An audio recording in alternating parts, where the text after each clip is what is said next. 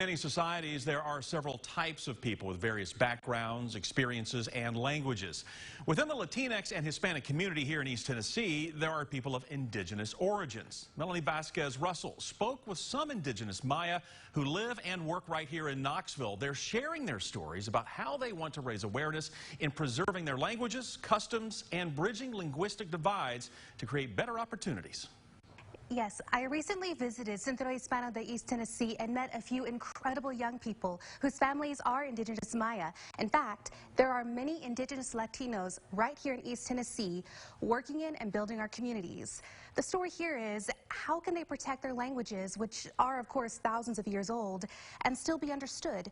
Lucy and Mateo tell me it's about empowerment.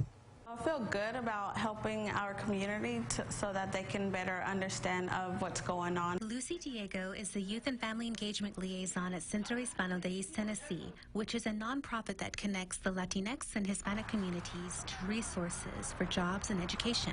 There are many languages spoken among its clients and in the community. There is a huge language barriers because people just assume that just because you're a brown person or a Hispanic person, they assume you speak Spanish and understand it really well. Lucy, who grew up in Knoxville with Guatemalan parents, understands the challenges many indigenous people face, which is why she has dreams of helping her community find its voice. She's not the only one, though. We have roots. It's the roots of who we actually are. Knowing that it's going to die eventually, it's kind of sad, because that's a sense of culture that we're gonna lose. I don't want that to happen. It's who we are. Mateo Francisco Andres is also indigenous Maya from Guatemala.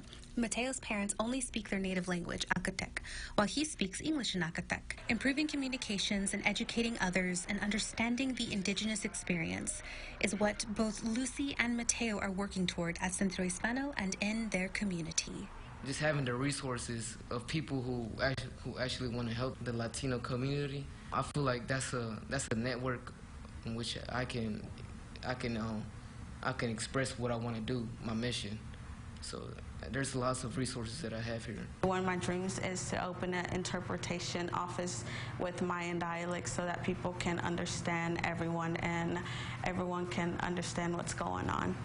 Just as Lucy is looking to bridge the language gap here, a UT alum is working in Guatemala. Savannah Dixon is an academic coordinator for English language programs in the Central American country. She's the one who took these beautiful photos. And she tells us Guatemala is facing a similar linguistic divide with over 24 indigenous languages spoken.